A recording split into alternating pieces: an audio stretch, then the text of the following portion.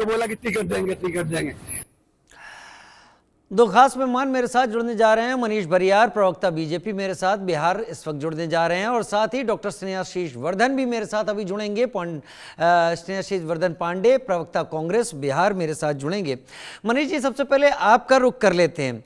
राबड़ी देवी के आवास के बाहर आज जो कुछ हुआ, और उसमें मदन कुमार साहू नाम के इस कैंडिडेट ने अपने कपड़े फाड़ लिए, 2 करोड़ 70 लाख रुपए मांगने का आरोप लगाया, और ये बात रखी कि ये सब के पीछे कुछ खास लोग हैं।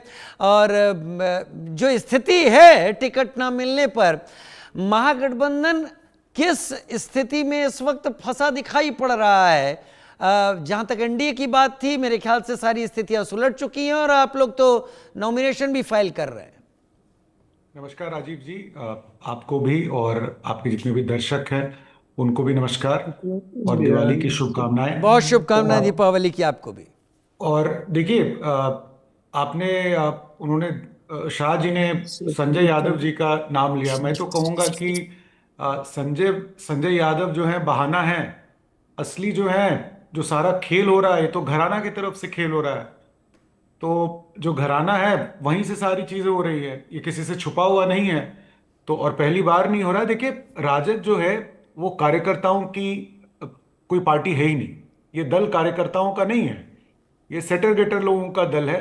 और आखिरी मोमेंट में जो है, ये हर बार ऐसा ही होता है। पार्टी की जो है टिकट, वो आप जो सबसे ज्यादा बोली लगाता है, तो आप इस पार्टी से क्या उम्मीद कर सकते हैं। और इसीलिए जो है हम लोग बार बार कह रहे हैं, हमारे नेता भी कह रहे हैं कि ये महाठगबंधन है और गांठ है, पूरा पेच फंसा हुआ है। अभी आप देखिए, करीब करीब 7 से 8 सीट पर इनके दो दो कैंडिडेट है। कहीं कांग्रेस राजद से लड़ रही है, कहीं वीआईपी पार्टी लड़ रही है। तो इसमें तो कोई आपस में तालमेल है ही नहीं। और तेजस्वी का नाम भी जो है, कांग्रेस और जो आपकी लेफ्ट पार्टीज हैं वो लोग भी कुछ नहीं, मुख्यमंत्री के तौर पर वो लोग कह रहे हैं। तो यहाँ पूरा पेच फंसा हुआ है। पहले ही से ये पार्टी हार रही है, और जनता को ये दिखाई भी पड़ता है कि जब चुनाव के पहले ऐसा हालत है, तो चुनाव के बाद इनका क्या हालत होगा। तो क्या आपको लगता है या आपके दर्शकों को लगता है कि ये राज्य को चला सकते हैं। और इसीलिए बार बार जो है एनडीए पर जो है बिहार की जनता का विश्वास होता है। आप देख सकते हैं कि कितने डिसिप्लिन के साथ सारी चीजें हुई, और सबको अपना अपना सिंबल मिल गया, और सब जो है चुनाव क्षेत्र में अपना काम कर रहे हैं। वाकई सब चुनाव क्षेत्र में अपना काम कर रहे हैं। डॉक्टर स्नेहाशीष वर्धन पांडे मेरे साथ इस वक्त, प्रवक्ता कांग्रेस बिहार, मेरे साथ जुड़ गए हैं। डॉक्टर स्नेहाशीष, बहुत स्वागत है आपका। डॉक्टर स्नेहाशीष, महागठबंधन ने जिस जोर शोर से एनडीए को चुनौती देने की कोशिश की थी, उसको देखकर तस्वीरें तो यही बता रही थी कि इस बार महागठबंधन को शायद एनडीए वो जवाब ना दे पाए जो अब तक देने की कोशिश करती रही थी। लेकिन जब से टिकट की रार शुरू हुई है, आज जो तस्वीरें सामने आ रही हैं, खासतौर पर आपकी पार्टी तो नहीं, लेकिन राजद की तरफ से कोई कपड़े फाड़ रहा है, कोई कह रहा है 2.5 करोड़ रुपए मांगे गए, कोई कुछ कह रहा है। और ये वो कैंडिडेट हैं जो आवास पर जाकर बाहर ये सब कुछ कर रहे हैं। क्या ये इन कैंडिडेट का एक ड्रामा है, या फिर आपको लगता है कि टिकट की लड़ाई बहुत कुछ सच बुलवा दे रही है? देखिए राजीव जी, सबसे बड़ी बात यह है कि चुनाव में कभी भी सारे बहुत लोग राजनीति में तमाम लोग एक ही क्षेत्र से दावेदारियां करते हैं, और सभी को टिकट देके उपग्रहित नहीं किया जा सकता है, उनको मनाया नहीं जा सकता है। आपको भी मालूम है कि लिमिटेशंस होता है राजनीतिक दलों का। कोई भी राजनीतिक दल अपने सारे एक क्षेत्र विशेष के नेताओं को, एक प्रदेश के नेताओं को, जिले के नेताओं को एक क्षेत्र विशेष में नहीं विधानसभा चुनाव लड़ा सकती है। उसकी एक मजबूरी होती है, ये सबको मालूम है। 243 विधानसभा सीट है, राजनीतिक दलों की संख्या है, उसमें भी गठबंधन का दौर है, तो सभी को आप खुश नहीं रख सकते हैं। ये एक राजनीति में साधारण सा फॉर्मूला है, कोई इसमें बहुत ज्यादा रॉकेट साइंस नहीं है।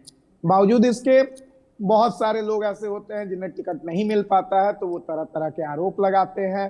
उन आरोपों की सत्यता क्या होती है वो जांच का विषय है, और वो पार्टी अंदरूनी स्तर पे जांचती भी है। उसके बाद अगर कोई कार्रवाई होती है, वो भी आप सबको दिखती है। कभी ना कभी कहीं प्रभारी बदले जाते हैं, कहीं कुछ होता है, ये तमाम चीजें होती रहती हैं। और रही बात जहां तक सीट बेचने की बात, तो मैं इसे बहुत हद तक जायज नहीं मानता हूं। लगता है कि जब राजनीति में आप अगर दमदार हैं तो आपको सीट खरीद बिक्री में तो कहीं से भी शामिल ही नहीं होना चाहिए। तो इन तमाम चीजों को देखते हुए मैं बार बार यही कहूंगा कि ऐसा कोई सिर्फ फुटबॉल वाली स्थिति नहीं है।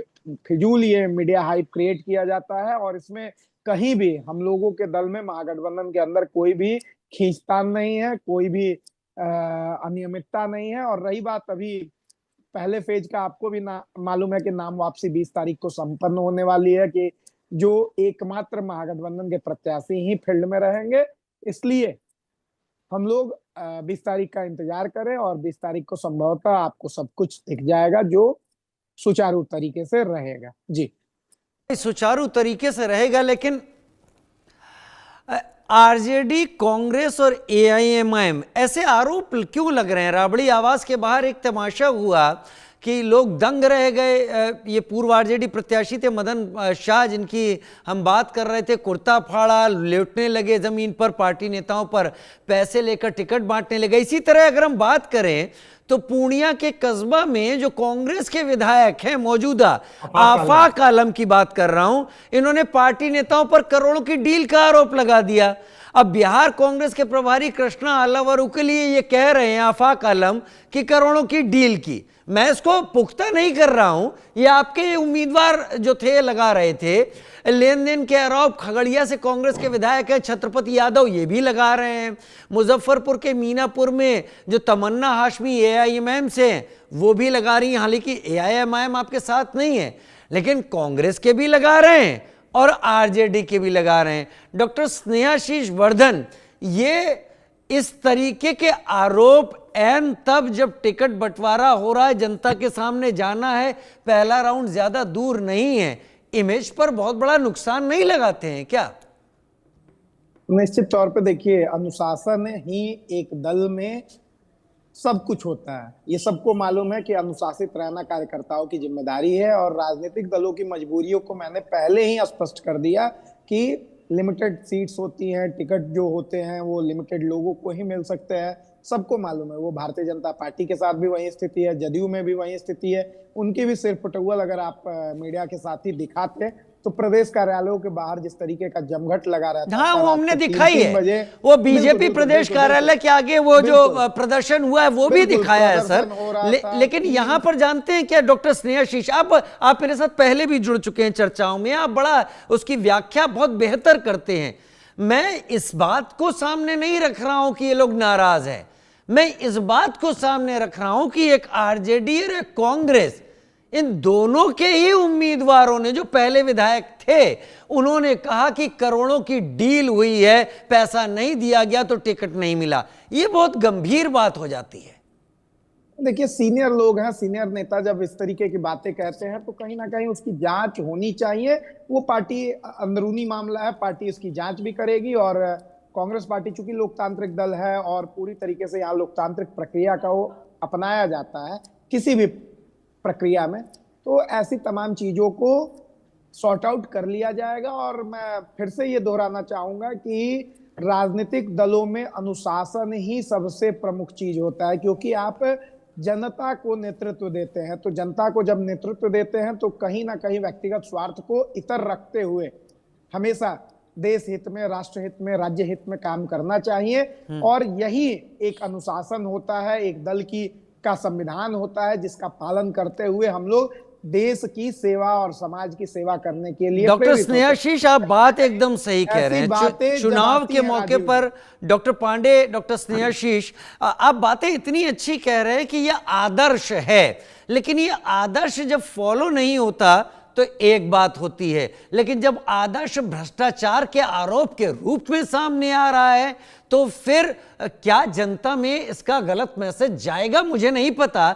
लेकिन दो उम्मीदवारों ने ऐसा कर दिया है और अब शायद नेतृत्व को जवाब देना होगा कि करोड़ों की इसमें खरीद फरोख्त का इल्जाम लगाया गया। खैर, दानापुर विधानसभा क्षेत्र से बीजेपी उम्मीदवार राम कृपाल यादव, उन्होंने महागठबंधन दलों के बीच सीट बंटवारे को लेकर कुछ कहा है, आइए सुन लेते हैं।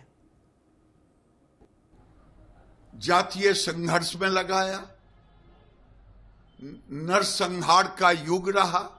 वो लालू यादव अपने बेटे को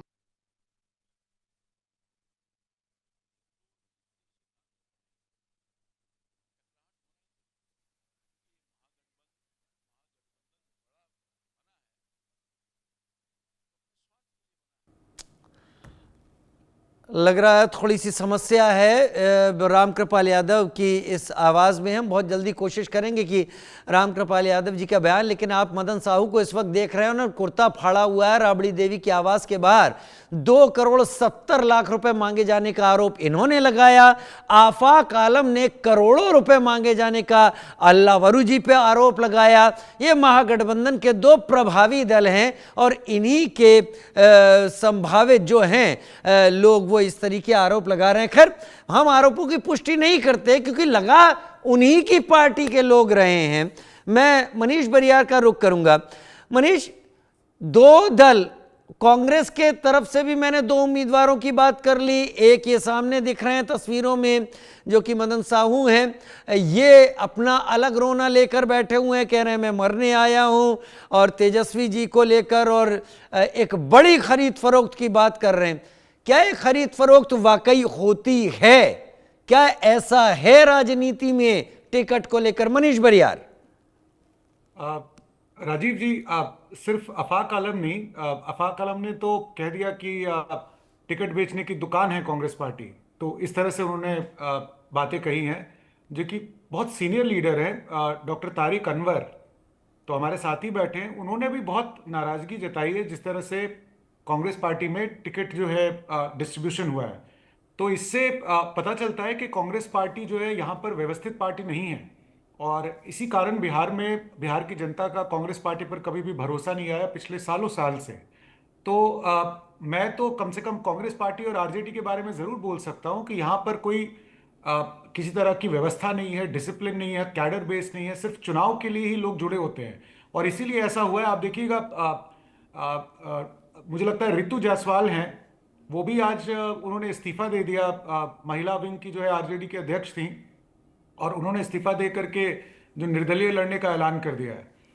तो पिछली बार वो मुझे लगता है 2500 के वोट से हारी थी, किसी और को टिकट मिल गया है। तो वहाँ तो इस तरह की चीज़ें हम लोग देखते रहते हैं और इस तरह की जो कुव्यवस्था है ये महागठबंधन में सालों से है और जनता के बीच में जग जाहिर है, और शायद इसीलिए जनता का विश्वास इस गठबंधन पर नहीं होता है। ये गठबंधन जो है बहुत अवसरवादी है, बस चुनाव के समय ये साथ आते हैं, उसके बाद से कोई भी जो है कोई विजन नहीं है, कोई बिहार को लेकर के आगे बढ़ने का। जबकि स्नेहाशीष जी जो है काफ़ी अच्छी बातें कह रहे हैं, और लेकिन कभी इनकी पार्टी की तरफ से या गठबंधन की तरफ से कोई रोड मैप नहीं कि बिहार को कैसे आगे लेकर जाएंगे।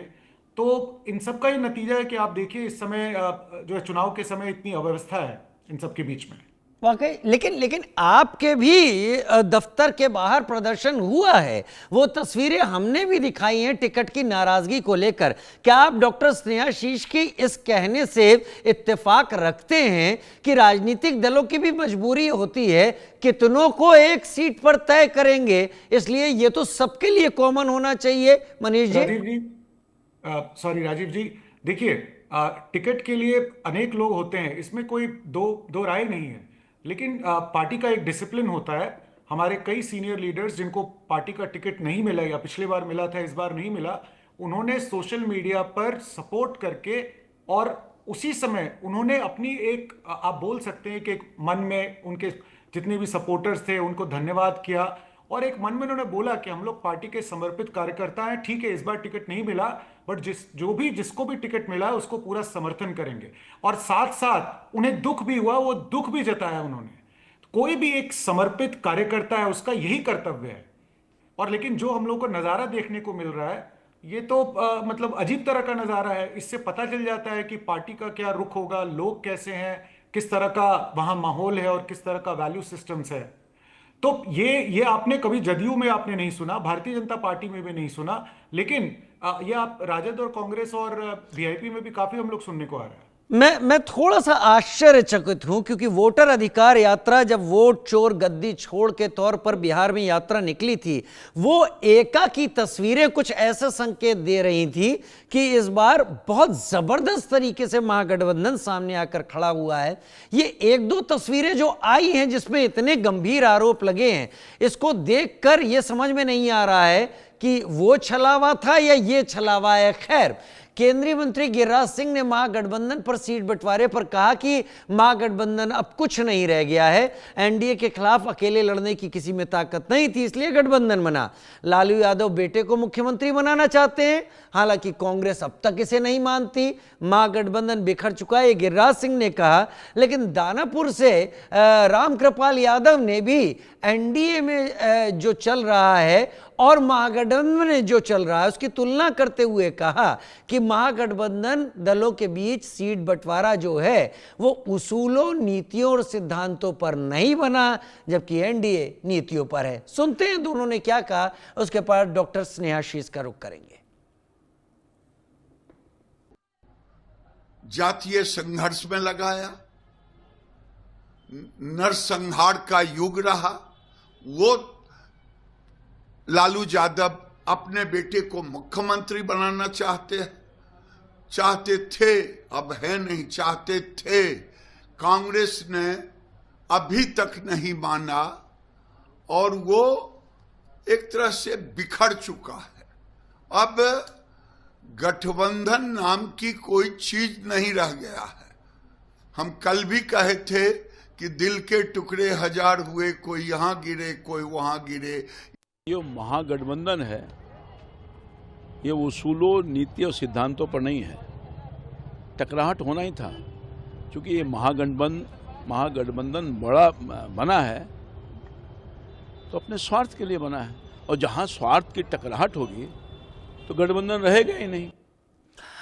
डॉक्टर स्नेहाशीष वर्धन मेरे साथ, प्रवक्ता कांग्रेस बिहार, इस वक्त जुड़े हुए हैं। डॉक्टर स्नेहाशीष, आज की तारीख 19 हो गई है। दीपावली की शुभकामनाएं तो सबके लिए हैं, क्योंकि खुशियां सबके लिए हैं, लेकिन दीपावली के बाद जैसे ही समय बीतेगा, ये वो क्रिटिकल फेज शुरू होगा जब बिहार का मतदाता केवल और केवल चुनाव से जुड़ी हुई बातों पर गौर करेगा। क्या ये सारी बातें बिहार के मतदाता के ऊपर गहरी छाप छोड़ पाएंगी? और अगर छोड़ पाएंगी तो आपको इस बात का अंदाजा लग रहा है कि ये छोटी छोटी चीजें एक बड़े नुकसान की तरफ आगे बढ़ सकती हैं?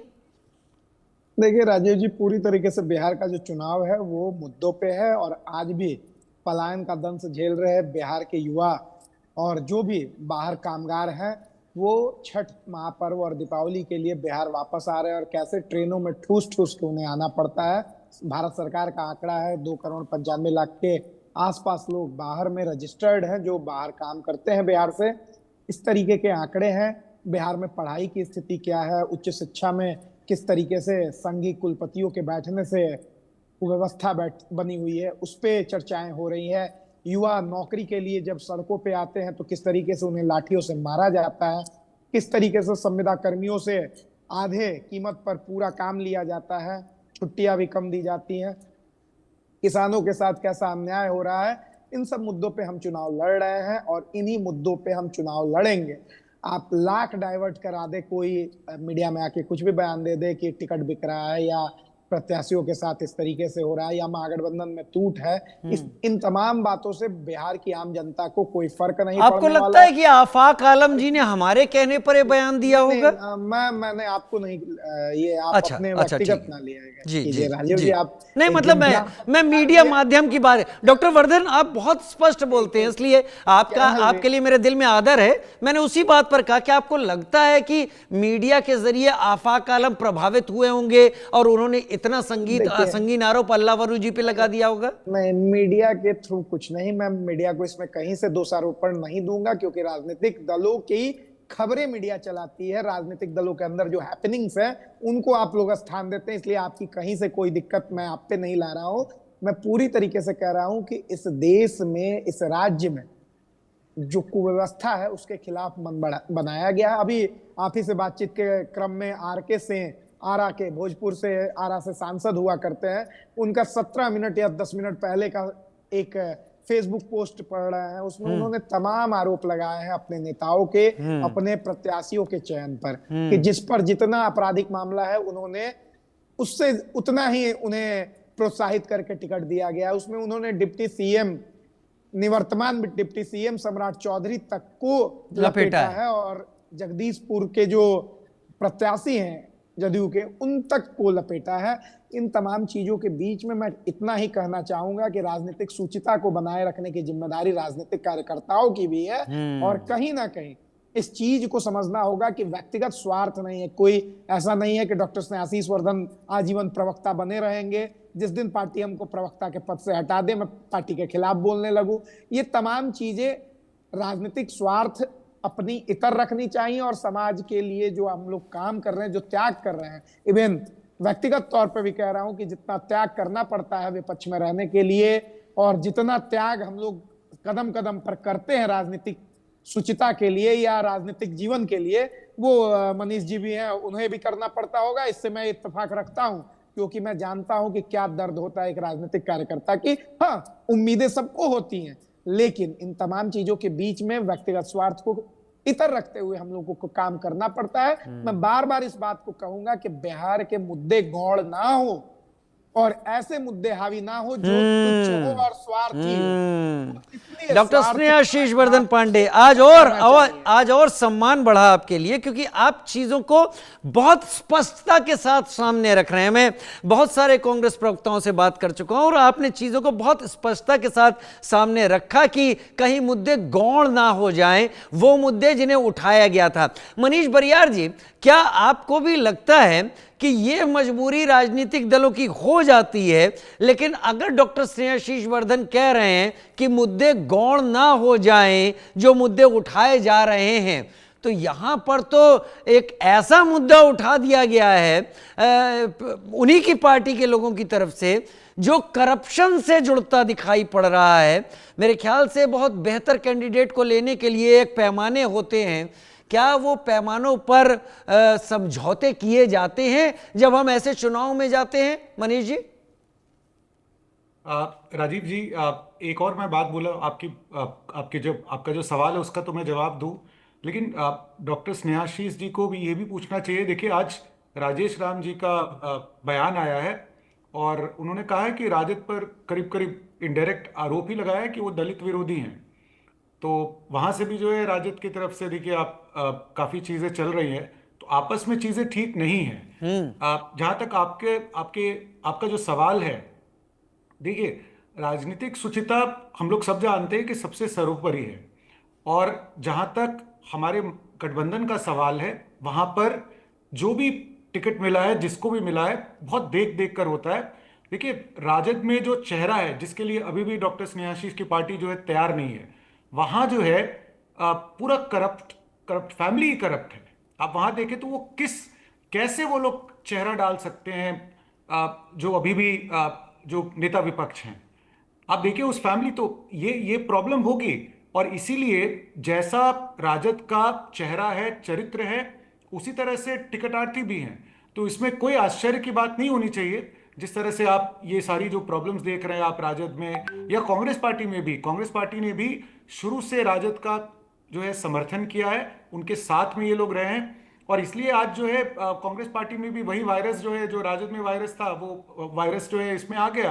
प्रॉब्ली ऐसा होगा कि ये कांग्रेस पार्टी से ही राजद में आया होगा, मैं नहीं कह सकता हूं, बिकॉज ये लोग साथ में है, सालों साल से साथ में है। तो इसी तरह का है, ये कोई डिसिप्लिन्ड पार्टी है नहीं, मुद्दों की पार्टी नहीं है। जब चुनाव का वक्त आता है तो सारा मुद्दा सामने होता है, 5 साल कहीं नहीं दिखते हैं, कभी भी नहीं दिखते हैं। मैंने पहले भी कहा कि कोई एक विजन बिहार के लिए, कोई रोड मैप, अगर आप कहते हैं कि पलायन का मुद्दा है तो आप कैसे इसको सॉल्व करेंगे? मैं तो कहता हूं कि पलायन का मुद्दा जरूर है, चैलेंजेस हर पार्टी को होती है, लेकिन भारत में भी पलायन का मुद्दा है। आप देखिए पंजाब जो है, पंजाब से कितने लोग कनाडा, ऑस्ट्रेलिया, इंग्लैंड जाते हैं, मैं इस चीज को जस्टिफाई नहीं कर रहा हूं। गुजराती लोग कितने जाते हैं, आप देखिए तमिलनाडु के लोग कितने जाते हैं। और मुझे लगता है कि ये एक चैलेंज है जिसको सारे पार्टीज को साथ में मिलकर, लेकिन क्या इन्होंने कभी कोई रोड मैप दिया है कि चलिए पलायन के मुद्दे के लिए हमारी पार्टी ने ऐसा ऐसा ऐसा पिछले 60 साल 70 साल में किया, या हम कुछ करने वाले हैं?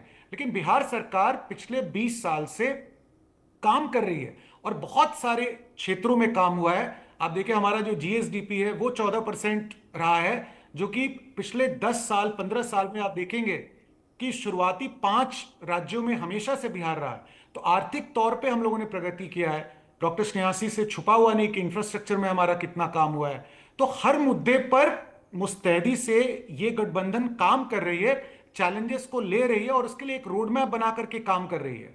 लेकिन मैंने नहीं देखा कि ये जो महागठबंधन है इसने कभी भी बिहार की प्रगति या यहाँ की जो इकोनॉमिक स्थिति है उसको आगे बढ़ाना, सोशली एम्पावर करना लोगों को, इस बारे में कभी भी बात नहीं है। बस एक जुमले की तरह ये लोग बात करते हैं, लेकिन जमीनी तौर पर कभी इन्होंने इसके लिए कभी संघर्ष नहीं किया, कभी मुद्दे भी नहीं उठाते। अगर बिहार में विधानसभा में आप देखें तो इनके कोई मुद्दे नहीं है जो बिहार के लोगों को प्रगति के राह पर लेकर चल सकें। शायद इसी का नतीजा आज आप ये देख रहे हैं। डॉक्टर स्नेहाशीष जरा सा जवाब दीजिएगा। जो इस वक्त मनीष बरियार कह रहे थे कि आप लोग मुद्दे नहीं उठाते हैं, ये चीज़ नहीं करते हैं, लेकिन मेरी एक बात को जोड़ दीजिएगा क्योंकि मैं इस जवाब का आपको मौका दूंगा और अपने मुद्दे पर वापस भी लाना चाहूँगा। ये जो लोग हैं जो आरोप लगा रहे हैं केवल टिकट ना मिलने पर, अगर ये यूं ही लगातार बोलते रहे और पार्टी के कार्यकर्ता भी बने रहे तो आगे आने वाले दिनों में, कुछ एक दिनों में या एक हफ्ते में या 5 दिन 4 दिन में भी ये पार्टी की मुहिम को एक डेंट जरूर लगा देंगे। क्या पार्टी इनके खिलाफ कोई अनुशासनात्मक कार्यवाही कर रही है, करेगी या कर दी है? लेकिन निश्चित तौर पे अनुशासनात्मक जो कार्रवाई होती है वो होंगी ही होंगी। और लेकिन एक चीज समझना होगा कि मैंने पहले ही स्पष्ट शब्दों में इसीलिए राजीव जी कहा और पूरी जिम्मेदारी के साथ कहा कि व्यक्तिगत स्वार्थ के परे बिहार के विकास के लिए ये चुनाव हो रहा है और बहुत देर से 5 साल बाद मौका मिलता है। उसमें भी नीतीश कुमार जी अल्टी पल्टी करते रहते हैं, भाजपा के लोग चोर दरवाजे से जनमत का अपहरण करते रहते हैं। तो कहीं ना कहीं ये सब चीजों से इतर बिहार को जब मौका मिला, एक आपने पलटी कुमार नाम याद दिला दिया, बड़ा चर्चा में रहा था। एक स्वस्थ लोकतंत्र में हमेशा मुद्दों की राजनीति करनी चाहिए। आम जनता के विकास के लिए उनके जरूरतों को, उनके मुद्दों को व्यापक फलक पर रखने की जरूरत है। उस वक्त व्यक्तिगत स्वार्थ को कहीं ना कहीं इतर रखना चाहिए।